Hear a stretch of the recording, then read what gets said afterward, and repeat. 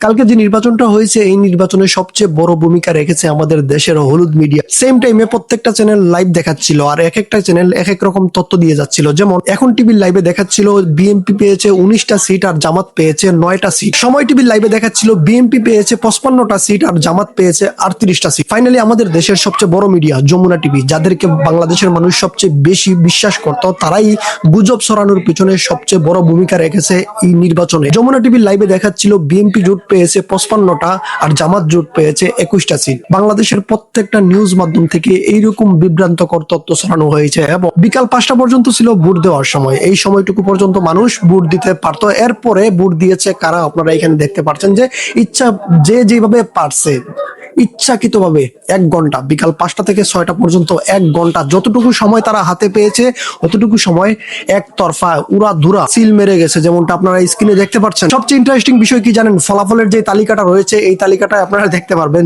শূন্য হয়ে গেছে 5, শূন্যকে কেটে 5 করা হয়েছে। যেমন এখানে আপনারা দেখতে পারবেন এখানে ছিল 1006 আর এই 1006 কে কেটে করা হয়েছে 1506। এখানে আপনারা স্পষ্টভাবে এটা দেখতে পারবেন। নির্বাচন কমিশনের যেই ফলাফলের যে লিস্টটা ছিল ওই লিস্টে থেকে আমি আপনাদেরকে এই জিনিস এটা দেখাচ্ছি। শুধু একটা না, আমি আপনাদেরকে আরো দেখাচ্ছি যে এরকম তথ্য আরো কয়েকটা রয়েছে। এখানে দেখতে পারবেন 9 হয়ে গেল 3। এখানে আপনারা দেখতে পাচ্ছেন যে 9 কে কেটে 3 করা হয়েছে। যেখানে বিএনপি এগিয়ে ছিল সেইখানে কোনো কারসাজির ঘটনা ঘটেনি, যেখানে বিএনপি পিছিয়ে আছে ঠিক সেইখানেই এই ধরনের জালিয়াতির ঘটনা আমরা দেখতে পাচ্ছি। জাল ভোট থেকে শুট, এমনকি যেই ফলাফলের যে তালিকা সেখানে কে কত ভোট পেয়েছে এই সব জায়গায় কারসাজির ঘটনা ঘটেছে। কিছু করার নাই, যেহেতু ফলাফল সামনে চলে আসছে। কারসাজি হোক আর জালিয়াতি হোক, যাই হোক না কেন, যেই ফলাফলটা আমাদেরকে নির্বাচন কমিশন থেকে দেখানো হয়েছে এইটাকেই আমাদেরকে মানতে হবে। ডক্টর ইউনূস বলেছিল একটা সুষ্ঠু নির্বাচন করে দেবেন তিনি, কিন্তু এরকম সুষ্ঠু নির্বাচন যে তিনি করবেন তা আমার আসলে বিশ্বাস ছিল না। ডক্টর ইউনূসকে আমি অনেক সম্মান করতাম।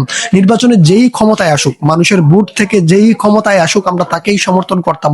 আমি ভোট দেইনি, আমি নিজে ভোট দেইনি। আমি চাইছিলাম যে যেই ক্ষমতায় আসুক সে যেন মানুষের প্রাপ্য ভোট পেয়ে ক্ষমতায় আসে, মানুষ যাকে চায় তাকে যেন ক্ষমতায় আনতে পারে। কিন্তু জাল ভোট দিয়ে যা ইচ্ছাকৃতভাবে একটা দলকে ক্ষমতায় আনা, এটাকে আমরা সমর্থন করি না।